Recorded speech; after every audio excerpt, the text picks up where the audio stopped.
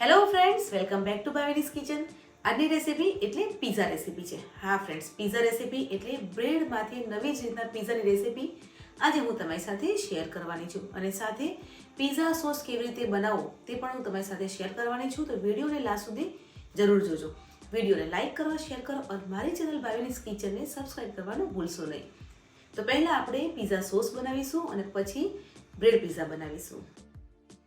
Friends, pizza sauce બનાવવા માટે medium સાઇઝના ટામેટાં લીધા છે. અહીંયા મેં 12 થી 13 ટામેટાં લીધા છે. ટામેટાને સારી રીતે ધોઈ અને ધીમા ગેસ પર ચડવા દેવાના છે. અહીંયા 7 થી 8 મિનિટમાં ટામેટાં છે તે ચડીને તૈયાર થઈ જાય છે.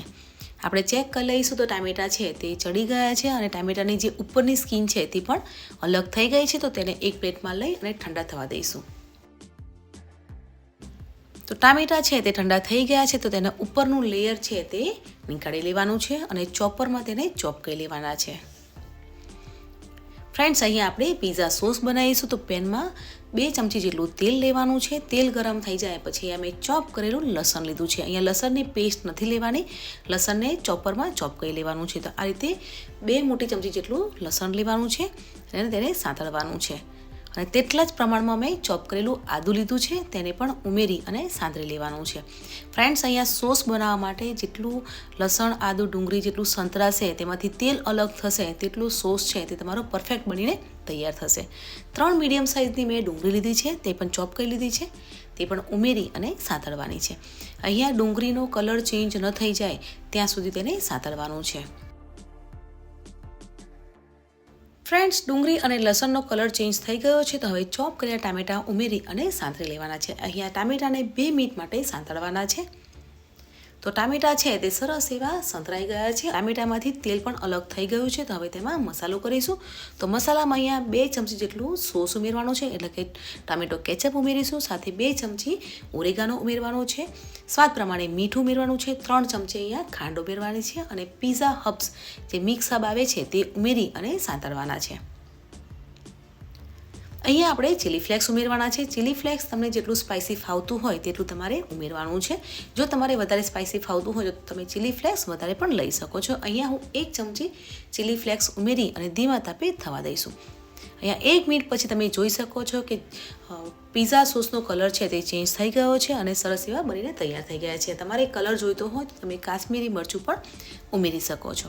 તો પરફેક્ટ એવો પીઝા સોસ છે તે બનીને તૈયાર થઈ ગયો છે. અને ફ્રેન્ડ્સ, આ સોસ છે બજાર કરતાં પણ ઓછા ખર્ચમાં બનીને તૈયાર થઈ જાય છે. તો હવે ગેસને બંધ કરી અને સોસને બાઉલમાં લઈ લઈશું.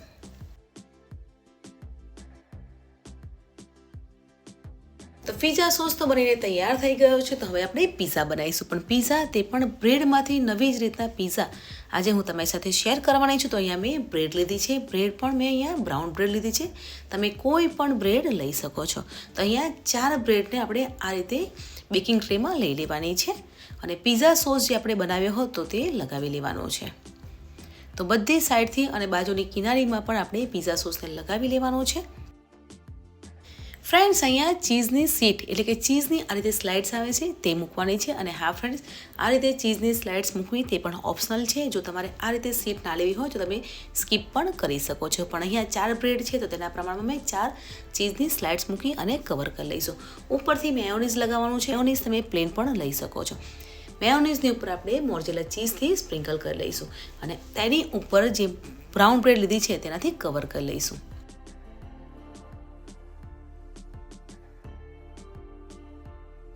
પીઝા સોસ બનાવ્યો હતો તે લગાવી લેવાનો છે. એટલે બધી સાઈડથી પીઝા સોસથી કવર કરી લઈશું.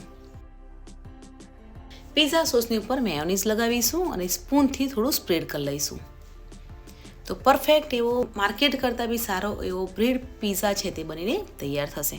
તો આ રીતે મેયોનીઝથી એપ્લાય કરી લેવાનું છે અને ઉપરથી તમને જેટલું પણ ચીઝ ભાવતું હોય અને તમારા બાળકોને ચીઝ પસંદ હોય તે પ્રમાણે તમે ચીઝ લગાવી દેવાનું છે. તો અહીંયા હું ચીઝ છે તે વધારે લગાવીશ કે મોરેલા ચીઝ છે તે સરસ એવું લાગે છે. ડુંગળી, કેપ્સિકમ અને સ્વીટ કોર્ન લીધા છે અને સાથે મેં પનીરના નાના પીસમાં કટ કર્યું છે તે પણ મૂકીને ગાર્નિશિંગ કરીશું. ફ્રેન્ડ્સ, અહીંયા બ્રેડ પીઝા છે. તમારા ઘરમાં જો બ્રેડ હોય તો તમે આ રીતે બાળકોને બ્રેડ પીઝા બનાવીને સર્વ કરી શકો છો. અને બ્રેડ પીઝા છે તે સાંજના ટાઈમે પણ બાળકોને આપી શકો છો અને ઇન્સ્ટન્ટ પીઝા બનીને તૈયાર થશે. તો ઉપરથી આપણે આ રીતે કેપ્સિકમ, ડુંગળી, સ્વીટ કોર્ન અને પનીરને નાના પીસીસમાં કટ કરી લીધા હતા તે મૂકી દઈશું. તો ઉપરથી ઓરેગાનો અને ચીલી ફ્લેક્સથી સ્પ્રિંકલ કરી અને બ્રેડ પીઝાને બેક કરવા માટે મૂકી દઈશું. તો તમે જોઈ શકો છો કે પરફેક્ટ એવો બ્રેડ પીઝા છે તે બનીને તૈયાર થઈ ગયો છે અને થોડોક એવો ઠંડો થઈ ગયો છે. તો હું તમને તોડીને પણ બતાવીશ. અહીંયા આપણે મોર્ઝેલા ચીઝ યુઝ કરી છે એટલે માર્કેટમાં જે પીઝા મળતો હોય છે તેવો જ પીઝા છે તે બનીને તૈયાર થઈ જાય છે અને બાળકોને પણ બહુ સરસ લાગે છે.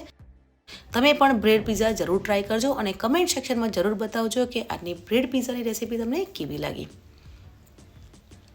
તો ગરમા ગરમ બાળકોને બ્રેડ પીઝા છે તે સર્વ કરીશું.